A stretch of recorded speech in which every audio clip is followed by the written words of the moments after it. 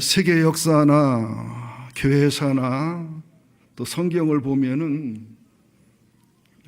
인류의 흥망성쇠가 아니면 나라의 흥망성쇠가 가정에서부터 원인이 있다는 사실을 발견하게 됩니다.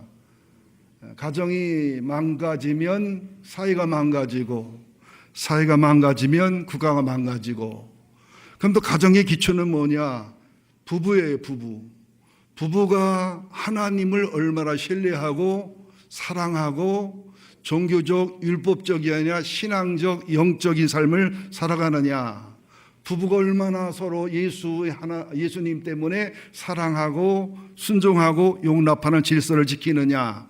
또 그 부부가 어머님과 아버님을 향해서 자기들의 기분과 감정과 어떤 조건 때문에가 아니라 하나님 말씀이기 때문에 공경과 순종을 실천하고 자녀들에게 교육을 하고 주의 교양과 훈계를 교육한다는 말은 그냥 교육이 아니라 주의 교양과 훈계의 모범이 되어서 삶의 모델이 되어서 자연히 닮게 하는 그런 교육을 말하는 건데, 이걸 오해가지고 계속 잔소리를 하는 것이 주의 교양 훈계라고 생각하거든요. 어느 권사님 아들이 초등학교 5학년인데 글짓기를 써서 전국에서 대상을 받았어요. 제목이 뭐냐면 우리 어머님은 목사님입니다. 아침에도 설교하시고 점심에도 설교하시고 저녁에도 설교하고 잠자기 직전에도 설교하십니다. 하루에 평균 4번을 설교하십니다. 그래서 교회 가서 설교 시간에는 좁니다. 왜냐하면 설교가 지겹기 때문입니다. 그리고 저는 천당도 안 가려고 그럽니다. 선생님께 물어봤습니다. 천국 가면 뭐 하냐 그랬더니 천국 가도 예배를 드린답니다. 예배하면 또 설교할 거 아니겠습니까? 나는 천국 대신 지옥을 가려고 그럽니다. 굉장히 씁쓸하잖아요. 저도 참 설교가 설교되는 제 모습이 가슴이 아플 때가 많아요. 안 믿는 친구들끼리 싸우다 그러더라고요. 이 새끼 설교가 안 좋네. 잔소리 심하게 한다는 소리예요. 말은 옳은데 안 들린다는 소리거든요. 저는 오늘 어린아이들도 많이 있고 해서 그 아이들이 좋아하는 다윗 가문을 중심으로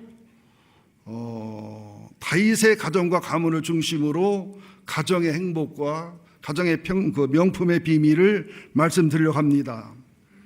우선 가정이라는 것은, 가문이라는 것은 그 기초를 이해를 해야 돼요. 가정과 가문의 터는 그 부모님들이 예수님에 대한 신앙 고백과 예수님에 대한 경애와 사랑의 터를 얼만큼 쌓았느냐. 그래서 결혼할 때 다른 조건 보지 마시고 예수님에 대한, 하나님에 대한 건강한 신앙에 대한 믿음의 터를 많이 쌓아놨느냐. 그것은 보이는 것은 아니지만 영적인 사이버 세계의 재산입니다. 우리는 보이는 재산은 재산인 줄 아는데 안 보이는 재산은 재산이 아닌 줄 아는데요, 안 그렇습니다. 할아버지, 할머니, 정조할머니, 정조할아버지, 어머니, 아버지가 쌓아놓은 예수에 대한 신앙 고백, 예수에 대한 사랑, 하나님에 대한 경외심이 전부 재산으로 쌓여있다는 사실을 알아야 됩니다. 그래서 시편에도 보면 의인의 자식이 걸식하는 법이 없다. 그래서 제 아들, 딸을 지켜봐도 저희 애할머니, 애할아버지, 저희 어머니, 아버지, 또 저희, 또 우리 아들, 딸은 4대거든요. 손자, 손녀는 5대인데 벌써 신앙이 정통 이어져 내려오니까 영적인 수준이나 신앙의 분별력이나 현실감이나 이 모든 것이 굉장히 업그레이드 되어 있는 모습을 봐요. 성서적으로 3대, 4대가 건강하고 성숙하고 성장한 신앙의 대를 이어가면 이거 뭐 유전학적으로가 아니라 사회학적으로가 아니라 그냥 자연스럽게 가문이 개혁되고 개발되고 좋아지게 돼 있다는 사실이 영혼육의 법칙임을 기억하셔야 됩니다. 그리고 가정의 기둥은 뭐냐? 부부가 얼마나 하나님을 사랑하며 예수님 때문에 사랑하고 예수님 때문에 복종하느냐. 그러면서 예수님 때문에 남편의 포지션, 예수님 때문에 아내의 포지션, 예수님 때문에 아들의 포지션, 예수님 때문에 어머니 포지션에 얼마나 충성하느냐. 또 가정의 석가래라는 것은 부부가 예수님 때문에 하나님과의 관계, 부모님과의 관계, 자식과의 관계, 모든 관계를 건강하게 하는 것. 그 가정의 지붕은 뭐냐? 하나님 때문에, 예수님 때문에, 성령님 때문에 사랑으로 덮어두는 것. 그리고 가정의 창문은 뭐냐? 아들이고 딸이고 손자와 손녀입니다. 가정의 창이에요. 그 다음에 가정의 울타리는 뭐냐? 건강한 믿음과 신앙 속에서 하나님의 보호, 하나님의 인도, 천군 천사들의 함께하는 보호가 가정의 울타리입니다. 자, 가정의 수준은 뭐냐? 가정의 명품의 수준은 뭐냐? 건강한 신앙의 대물림이 3대, 4대, 5대, 6대, 7대, 8대 내려갈수록 엄청난 명품 가문이 된다. 예수님의 족보를 쭉 연구해봐도 아담부터 예수님까지 보면 중간에 문제인 사람이 있었지만 대부분의 신앙이 신앙의 의인들로 가지치게 하면서 요셉과 마리아가 만나는 장면이 기록이 되어 있습니다. 특별히 룻기 4장 같은 데 보면 유다의 아들 베레스, 베레스의 아들 나손, 나손의 아들 살몬, 살몬의 아들 보아스, 별로 유명한 분이 아니지만 나손은 광야 시절에 유다 지파의 대표였고 살몬은 목숨 걸고 여리고성을 정탐한 사람이라 나중에 자기를 보호해준 기생 라합과 신앙 하나 보고 믿음 하나 보고 결혼한 사람이고, 살몬의 아들 보아스는 모압 여인, 하나님이 싫어한 민족의 여인이지만 그의 믿음과 그의 신앙을 보고서 고엘의 사명으로 결혼했고, 그 다음에 오벳이라는 사람은 아버지의 신앙을 이어서 순수한 신앙의 사람이었고, 이세 역시 순수한 신앙의 사람이었고, 이어서 다시 태어나서 거기도 보면 1대, 2대, 3대, 4대, 5대, 6대 가서 다시 태어나요. 이걸 연구해 보면은 기가 막힌 원리가 나옵니다. 그리고 예수님의 집안은 며느리가 시아버지랑 동침했어도, 기생 라합과 결혼했어도, 모압 여인과 결혼했어도, 불륜 여인 바세바랑 결혼했어도 그가 회개한 사람이라면, 그게 믿음의 사람이라면, 그가 신앙의 사람이라면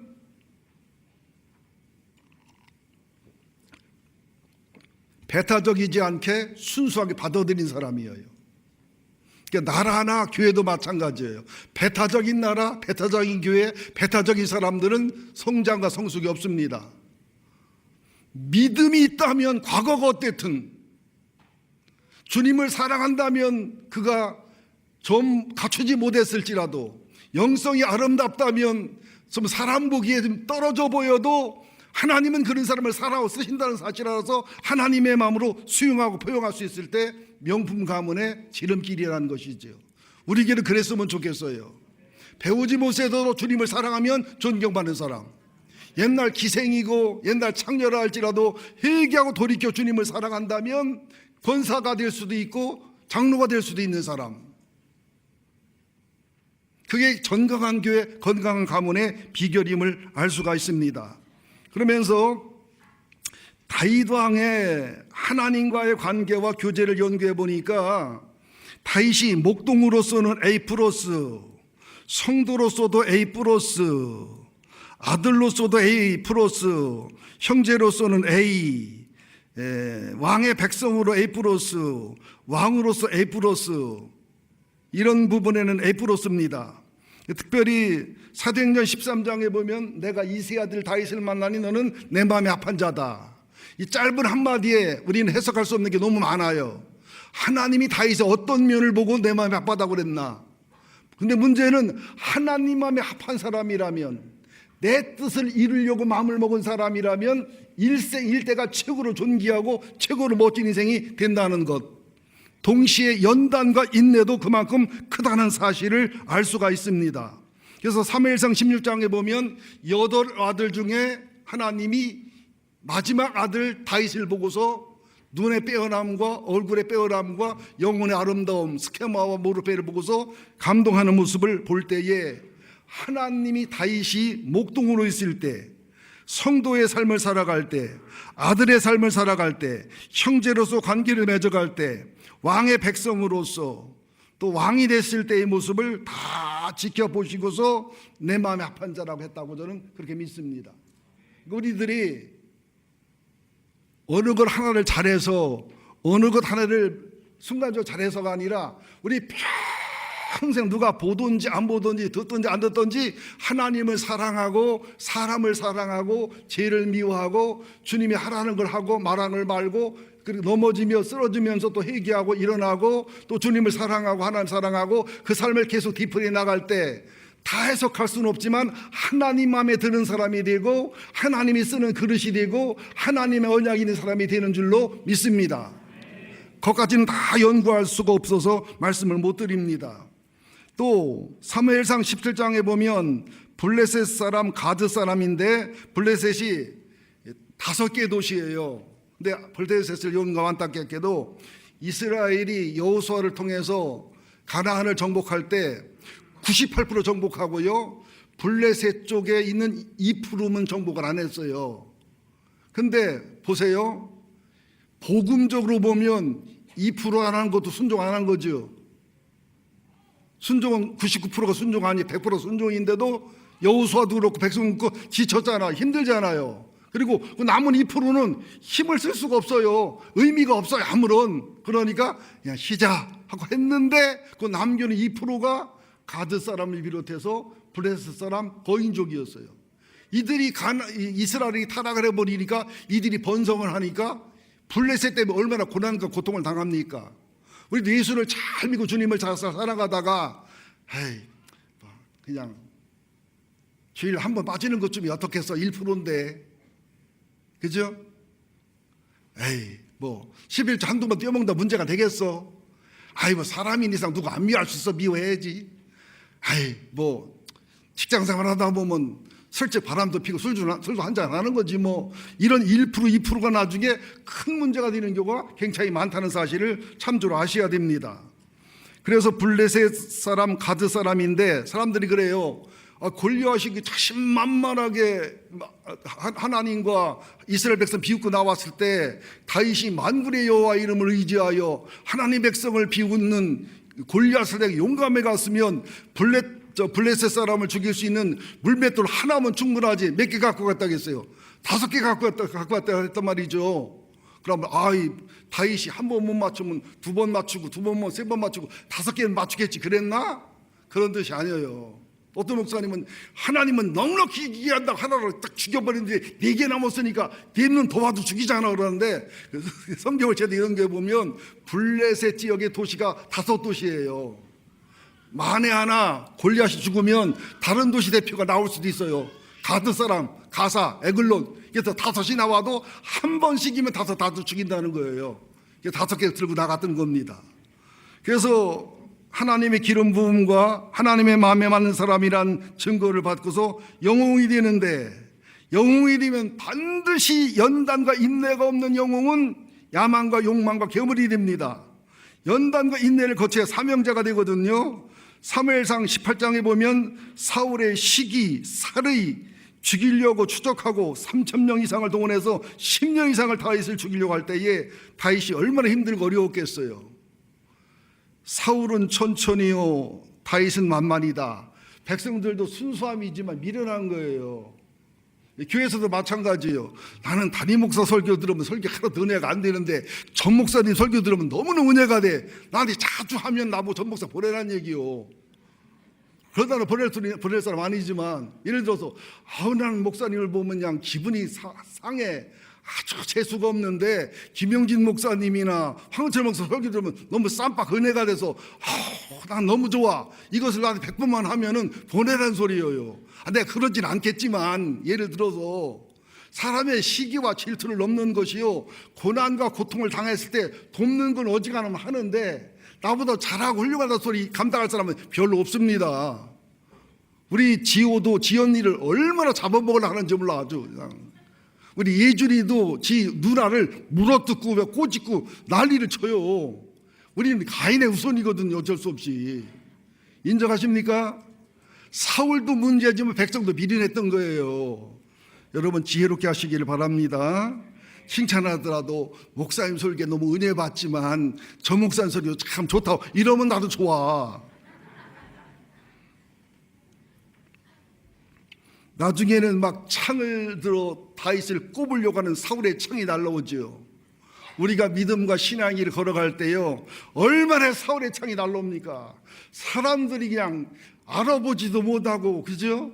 사실도 아닌데 진실도 아닌데 막 입으로 뱉어버리면 나는 창이 꽂힌다고, 창이 날라온다고요. 칼이 날라오고 화살이 날라오고.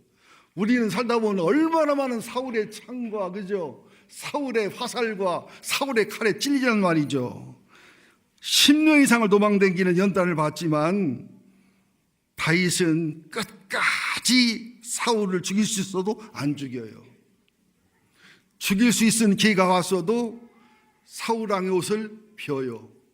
비구서도 낙하, 가슴이 찔려요. 하나님의 기름 부은 사람의 겉옷을 뱉다. 마음이 찔리면서 당신은 나를 죽이려 왔지만 나는 죽일 기회에서 당신을 안 죽였다 하면서 믿음으로 사랑으로 사울을 굴복시켜가는 모습을 볼 수가 있습니다.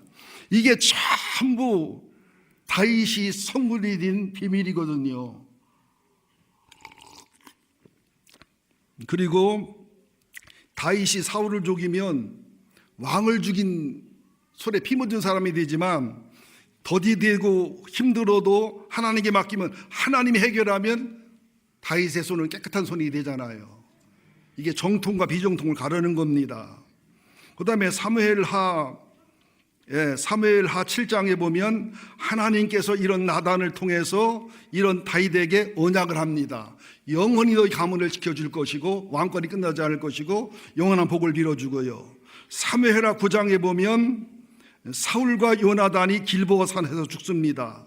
죽고 나서 다윗이 기뻐하지 않고 사울과 요나단을 잘 장례를 치르지요. 길르앗 야베스 사람이 무슨 시체를 가져오긴 하지만 합니다만은, 그리고 요나단의 아들 무비보셋에게 아들과 똑같은 은혜와 사랑을 베풉니다.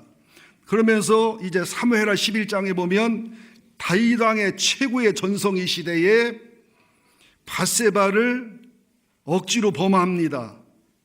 그리고 임신한 걸 숨기려고 하다가 안 되니까 남편 우리아를 죽입니다. 우리아가 누구냐면 햇사람이에요. 유다 사람이 아닙니다. 햇사람은 가나안의 두 번째 아들 우리아를 죽이는데 지금 사단장입니다. 그래서 밧세바의 아버지가 암미엘이고 밧세바의 할아버지가 아히도벨. 다윗 왕이 가장 사랑하고 신뢰했던 모사, 제갈공명보다도 더 탁월한 지혜로운 사람입니다. 그때 암미엘이 얼마나 분노했을 것이고 아히도벨이 얼마나 분노했겠습니까? 그러니까 압살롬이 반란을 일으킬 때 아히도벨이 압살롬 쪽에 서요. 다윗이 최고 무서워한 게 압살롬이라 군사가 아니고 아히도벨입니다. 거의 하나님의 시혜를 만들어낼 때에 후세라한 친구가 가서 아히도벨의 정확하고 승리하는 100% 모사를 깨버렸을 때 아히도벨은 가서 자살해버려요. 그 정도로 전후좌우를 아는 사람이니까. 그런 일을 겪지요. 그리고 다시 사무엘하 12장에 보면 하나님의 책망을 나단이 합니다. 이 책망 앞에 다윗은 철저히 회개하는 모습. 여러분들, 하나님 앞에서 다윗이나 아브라함이 성군이다, 믿음의 사람이다? 안 그래요. 우리도 아브라함처럼 훈련받고 연단받고 간섭받으면 아브라함 수준 다 돼요. 우리 교회 집사 수준은 다 될 만합니다. 우리도 다윗처럼 주님 앞에 간섭받고 사랑받고 인도받고 책망받으면 어지간하면 다윗 수준 됩니다. 절대로 성경을 통해서 다윗을 높이고 아브라함을 높이면 안 돼요. 그들을 믿음의 조상 되게 하신 하나님의 열심, 그들이 선궁 되게 하신 하나님의 사랑과 은혜. 야고보서에 그러잖아요. 엘리야를 부러워하지 말고 너희도 엘리야나 너희가 성정이 같다.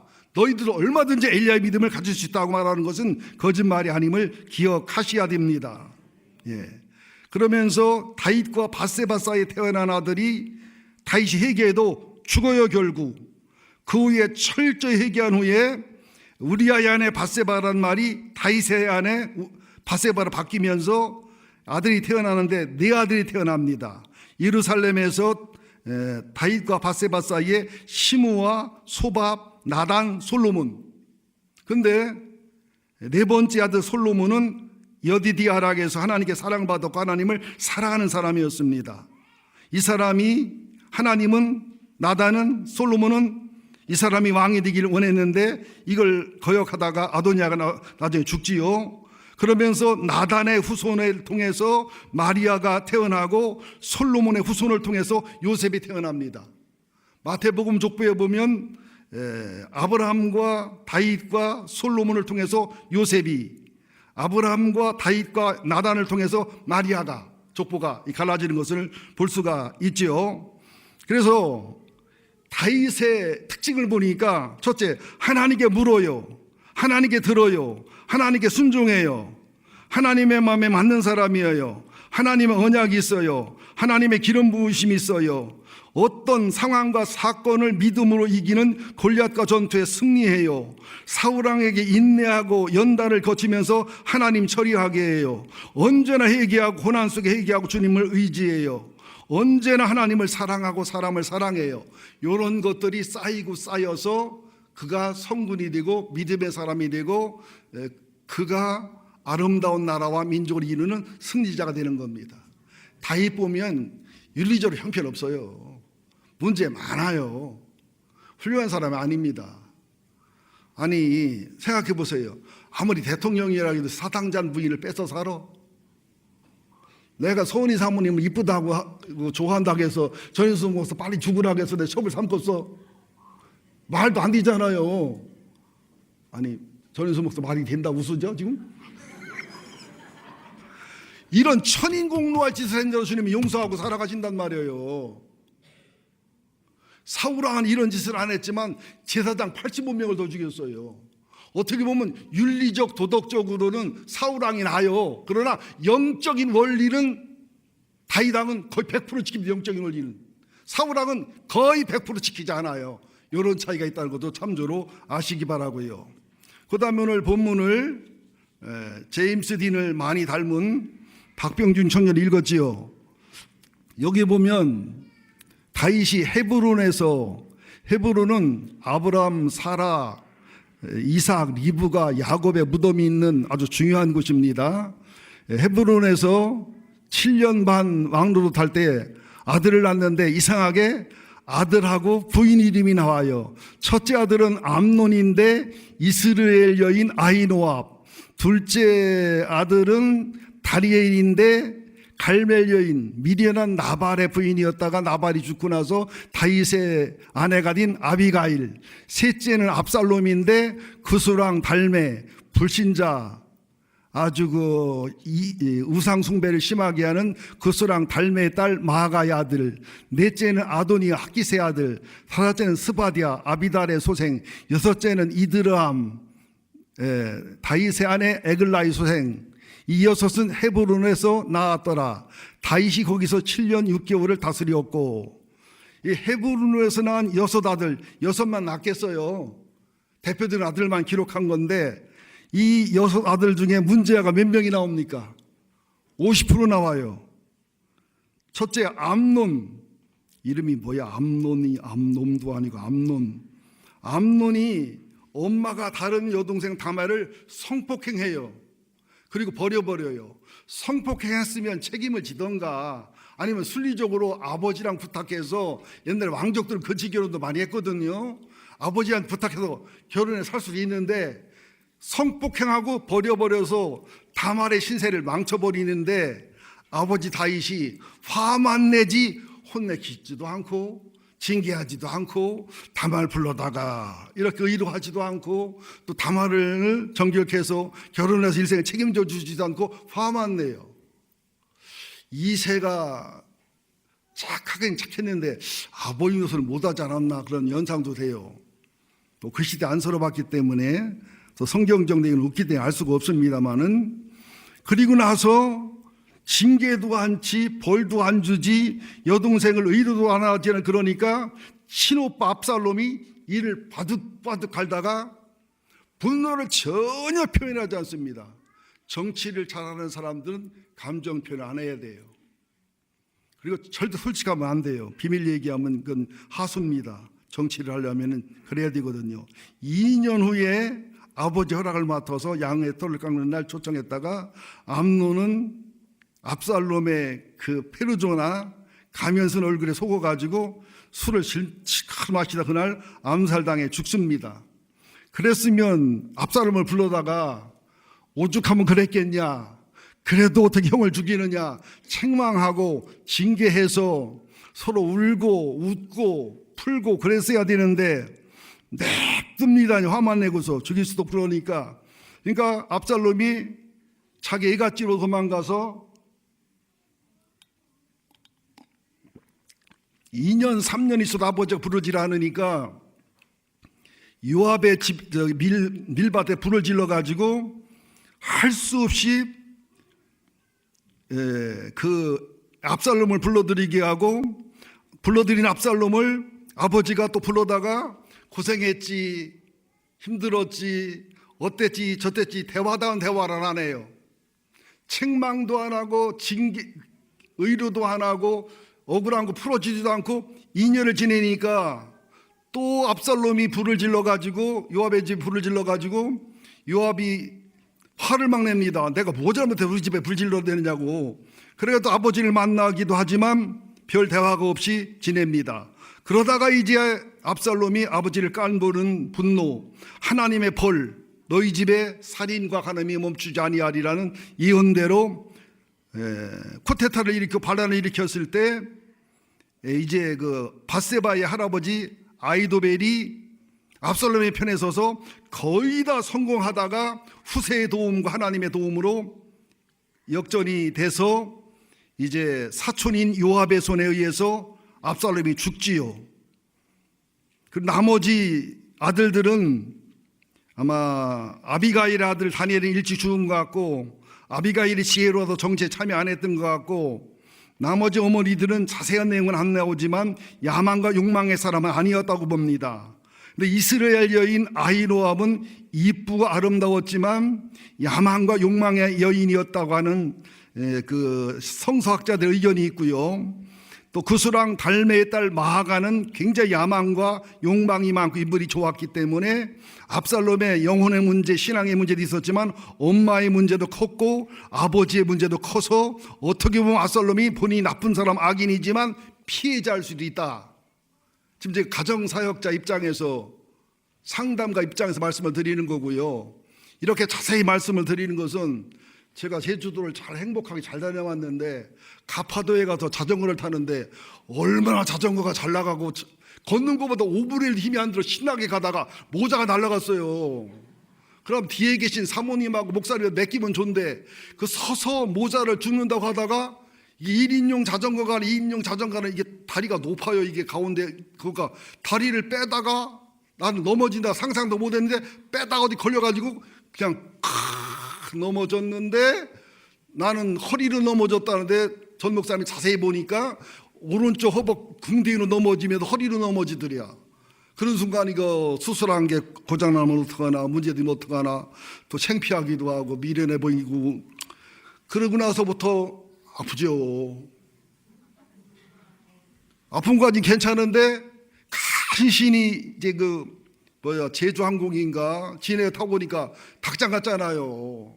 타고 와서 청주에 와서 밥 먹고 뭐 힘들어 죽겠는데 집에 왔는데 그날 또 집에서 밥을 안 먹고 막 야채를 안 먹고 그랬으니까 변비가 와가지고 하루 종일 화장실 들락거리는데 허리로 응치로 빠지게 아파요. 애나는 더 아파가지고 고생을 엄청나게 했어요. 지금도 이제 버티는 것이 주님의 은혜로, 주님의 사랑으로. 그런데 제가 일찍 죽을 것 같지는 않아요. 아무리 생각해도. 넘어지기 전까지는 막 잘 걸었어요. 그죠, 목사님들? 힘차게 걷고 자전거를 앞으로 이제 그 신갈에서, 신갈 저수지에서 자전거를 제일 멋있게 타는 남자는 저라고 보시면 돼요. 자전거가 굉장히 운동에 좋더라고요. 좌우가. 그래서 좀 빌빌한다는 걸 참조를 하시고, 빌빌해도 이 정도 설교하면 잘한다고 이해해 주시면 고맙겠습니다.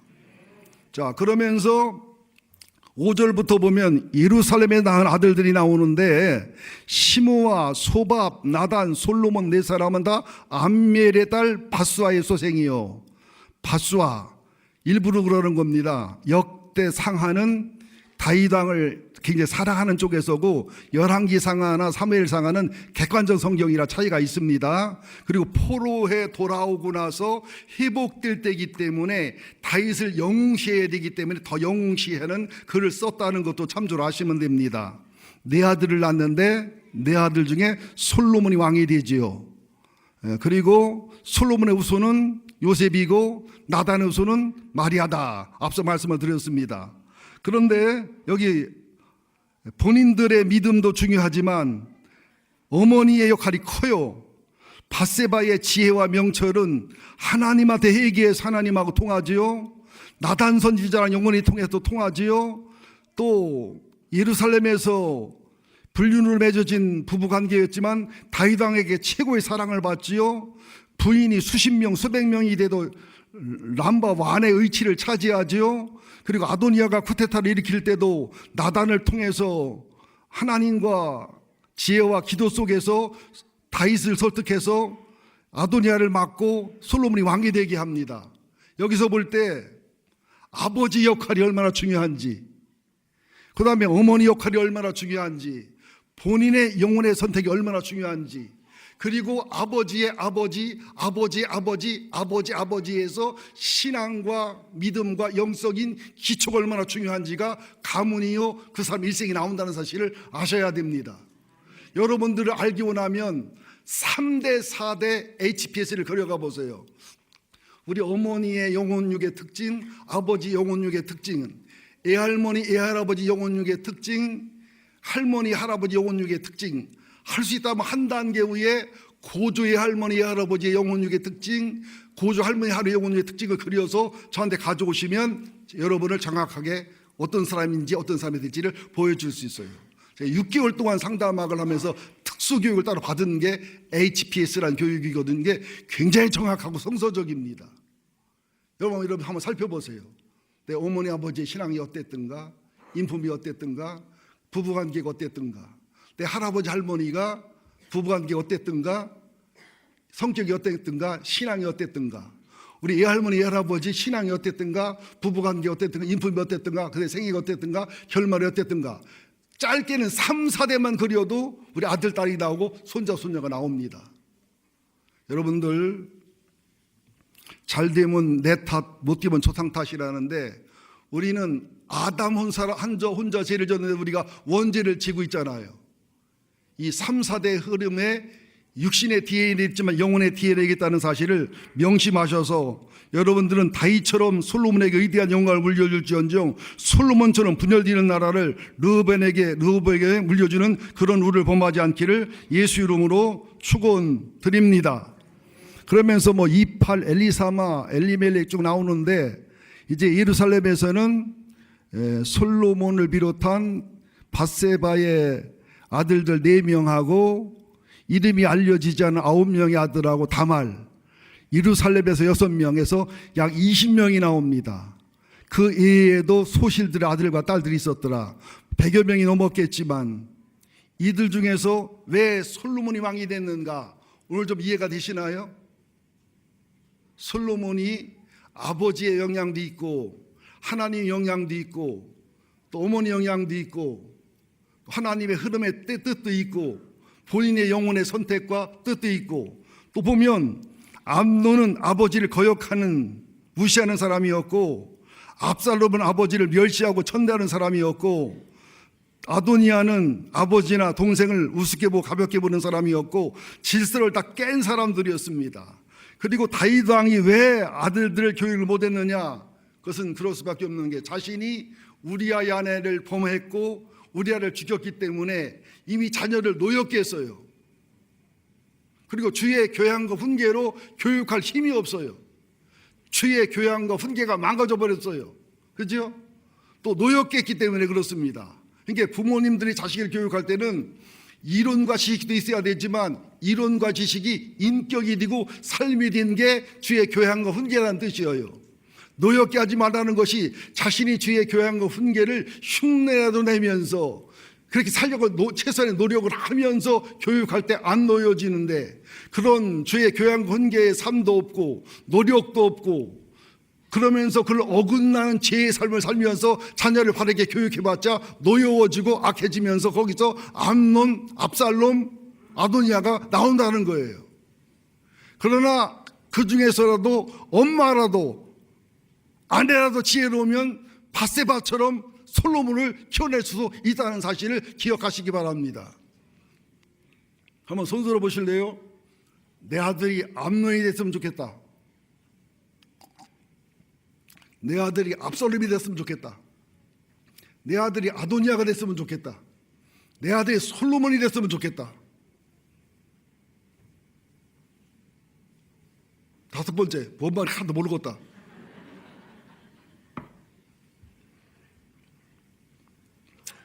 그래서 또 다윗의 평가를 내보니까 남편으로서는요, 시 아니면 뒤예요. 그렇게 아내들이 많고 아름다운 아내들이 많은데 뭐하러 남의 여자를 뺏으면서 사람을 죽여가며 자기 아내를 삼느냐는 거지요. 그러니까 임금으로서나 형제로서나 아들로서나 백성으로서나 군인으로서는 A와 A 플러스인데 남편으로 아버지로서는 C, D도 못 뛰는 아주 문제가 심각한 점수를 받았다는 사실을 볼 수가 있어요. 그래서 제가 힘들고 어려워서 좀 자신감은 없습니다만은 8월 말경부터 부부학교 지금 기도 중에 있습니다. 그래서 제가 학회 받을 때 했던 논문을 12과목인데 12과목을 다 하면 길어요. 그 과목별로 교재를 만들어서 그룹이 선정이 되면 그 그룹에 맞는 제목을 4개에서 5개 정도 골라가지고 4주 5주씩 해서 아마 부부학교를 해주면 부모님과의 관계, 부부관계, 자녀관계, 신앙 문제, 신앙의 질서까지도, 신앙의 점검까지도 아마 다양하게 도움이 될 겁니다.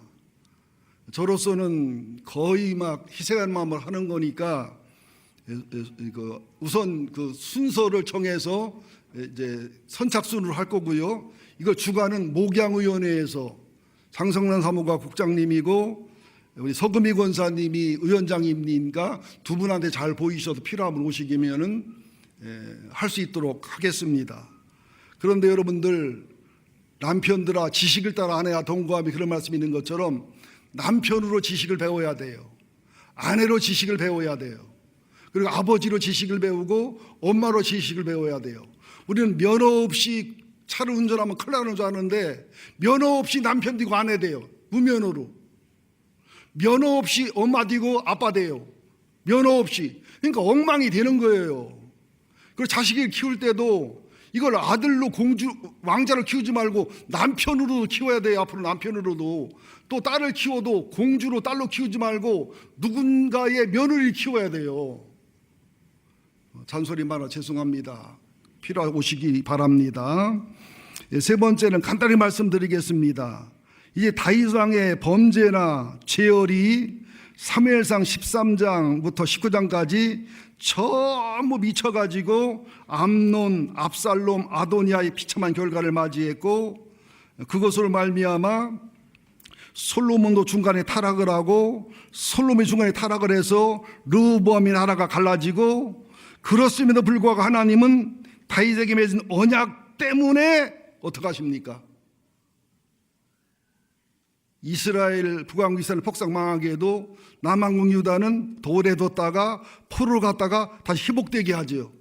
그러면서 아브라함 다윗을 통해서 예수 그리스도가 태어나는 약속을 지키시지요. 그러면 마지막으로 한 군데만 찾아보고 원고는 정리하고 마치겠습니다. 사무엘하 마지막으로 찾아보고 마치겠습니다.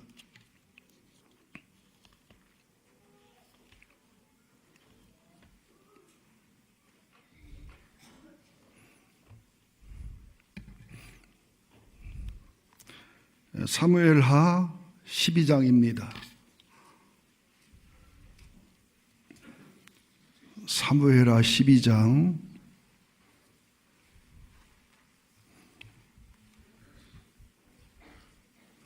10절부터 봅니다. 480쪽 보고 마치겠습니다. 사무엘하 12장 10절부터 15절까지 보고 마칩니다. 시작. 이제 내가 나를 업신여기고 햇사람 우리아의 아내를 빼앗아 내 아내로 삼았으니 칼이 내 집에서 영원토록 떠나지 아니하라 하셨고, 여호와께서 또 이와 같이 이르시기를 보라 내가 너와 내 집에서 재앙을 일으키고 내가 내 눈앞에서 내 아내를 빼앗아 내 이웃들에게 주리니 그들이 내 아내들과 더불어 백주에 동침하리라. 너는 은밀히 행하였으나 나는 온 이스라엘 앞에서 백주의 이 일을 행하리라 하셨나이다 하니, 다윗이 나단에게 이르되 내가 여호와께 죄를 범하였노라 하매, 나단이 다윗에게 말하되 여호와께서도 당신의 죄를 사하셨나니 당신이 죽지 아니하려니와 이 일로 말미암아 여호와의 원수가 크게 비방할 거리를 얻게 하셨으니 당신이 낳은 아이가 반드시 죽으리라 하고 나단이 자기 집으로 돌아가니라. 14절 보세요. 사람 모르게 요압하고 서로 짜서 한 일이지만 이 일로 말미암아 여호와의 원수 사탄에게 크게 비방할 거리를 얻게 하였으니 당신 낳은 아들이 반드시 죽으리다. 우리가 죄를 범하고 악을 행하면 사람이 몰라도 들키지 않았어도 사람을 죽이고 간음하고 엄청난 죄를 범하면 하나님에게 부끄러움이 되지만 원수에게 마귀에게 비방할 거리를 만들어 마귀의 역사와 마귀가 하는 일에 엄청 도움을 준다는 거예요. 우리가 의를 행하고 선을 행하면 하나님의 영광과 하나님의 일에 도움을 주지만 악을 행할 때마다 엄청난 힘을 마귀에게 실어주고 엄청난 역사를 마귀의 역사에 도와준다는 겁니다. 죄로 끝난다는 게 아니에요, 여러분들. 그럼에도 불구하고 진짜 마지막이에요. 그럼에도 불구하고 열왕기하 한번 11장 찾아볼래요? 이렇음에 불구하고 하나님은 다윗의 언약을 지키시는 거예요. 열왕기하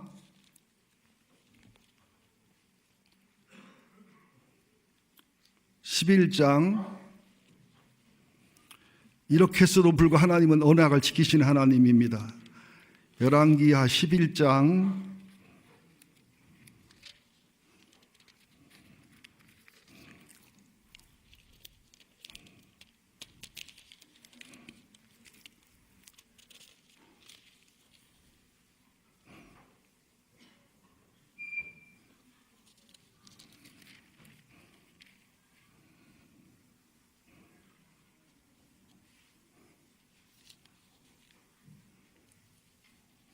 성을 잘못 찾았네요. 열왕기하 11장이 아닌데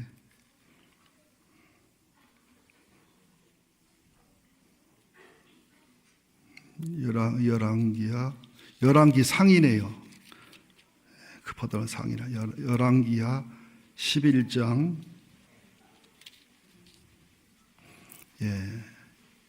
11장 9절부터 13절까지 봅니다. 이런 죄를 범하고 악을 행했음에도 불구하고 다윗이 회개하고 돌이키고 하나님의 언약을 지키는 하나님을 봅니다. 솔로몬이 범죄했을 때도 또 하나님은 기억하는 겁니다. 다윗의 언약을. 열왕기상 11장 9절 시작. 솔로몬이 마음을 돌려 이스라엘 하나님 여호와를 떠나므로 여호와께서 그에게 진노하시니라. 여호와께서 일찍이 두 번이나 그에게 나타나시고 이 일에 대해 명령하사 다른 신을 따르지 말라 하셨으나 그가 여호와의 명령을 지키지 아니하였으므로 여호와께서 솔로몬에게 말씀하시되 내가 이러한 일이 있었고 또 내가 내 언약과 내가 내게 명령한 법들을 지키지 아니하였으니 내가 반드시 나라를 내게서 빼앗아 내 신하에게 주리라. 그러나 내 아버지 다윗을 위하여 내 세대는 일을 행하지 아니하고 내 아들들의 손에서 빼앗으려니와 오직 내가 이 나라를 다 빼앗지 아니하고 내 종 다윗과 내가 택한 예루살렘을 위하여 한 지파를 내게 아들에게 주리라 하셨더라. 다윗에 맺은 언약 때문에 다윗도 망하지 않고, 다윗에게 맺은 언약 때문에 솔로몬도 망하지 않고, 다윗에게 맺은 언약 때문에 나라가 갈라져도 유다는 계속 지켜줄 것이고 포로가 돼서 돌아와도 계속 보호해서 그 가문을 통해서 예수가 올 것이다. 그런 말씀이에요. 여러분, 하나님이 나를 마음에 들어 한다는 거, 하나님이 내게 언약을 베푼다는 거, 나를 용서하시고 나를 붙들어서 어떤 실수와 악함 속에서도 내가 언약을 지키시고 나를 통해 주님을 이루시는 하나님의 이 사실 하나만 믿어줘도 얼마나 고맙고 감사한지 몰라요. 나를 벌써 버렸어야 되는데, 나를 벌써 저주했어야 되는데, 나를 죽였어야 되는데, 몇 가지 하나님 마음에 든다고 해서, 내 마음에 든다는 언약 때문에, 내가 내 뜻을 이루겠다는 언약 때문에, 내가 너를 통해서 이루겠다는 뜻 때문에 나를 지키시고 나를 사랑하시고 사명자 붙들어 주신 하나님의 사랑과 놀라운 이 은혜의 끈질긴 사랑, 하나님의 사랑은 지붕의 사랑이요 덮어주는 사랑. 얼마 우리 사랑을 덮어줍니까? 우리 한번 다 들춰내볼까요? 한번 들춰내볼까요? 그래서 너무 남의 죄를 들춰내는 사람들은 마귀를 닮은 사람들이에요. 그를 치료하고 회개하고 책망하기 위해서 들춰내야 되지만 그렇지 않으면 덮어주는 게 사랑입니다. 이 주님의 사랑을 받은 다윗처럼 명품 가문이 되시고 이 땅에서 노예할 패밀리, 하늘나라 노예할 패밀리가 되시기를 예수 이름으로 축원드립니다. 하나님 고맙습니다. 오늘 가정의 달 행사를 은혜롭고 아름답게 잘 마치게 해주셔서 고맙습니다. 마지막으로 담임 목사 설교할 때에 애들이 있고 시간이가 부담스럽지만 저는 전해야 될 말씀은 전해야 되기 때문에 온구의 3분의 1도 못 전했지만 말씀을 전했습니다. 중언부언 전했습니다. 급하게 전했습니다. 그러나 우리를 사랑하는 성령님, 우리를 아끼시는 성령님, 이 말씀 속에 숨은 비밀을 알게 하시고 이 말씀 속에 있는 적용을 각자 깨닫고 발견할 수 있도록 성령님이 도와주시옵소서. 다윗이 엄청난 범죄자였습니다. 엄청난 살인자이고 가늠자였습니다. 실수와 실패도 많았습니다. 그러나 하나님은 그를 내 마음에 맞는 자라고 했고 내 뜻을 이루겠다고 했고 다윗에게 한 언약 때문에 솔로몬 후대까지 바벨론 포로 때까지 마지막 예수님 오실 때까지 이 일을 지키시는 하나님을 믿게 하여 주옵소서. 우리는 약속을 어깁니다. 하나님은 영원히 약속을 지키는 하나님, 약속 붙잡고 승리하게 도와 주시옵소서. 예수님의 이름으로 기도합니다. 아멘.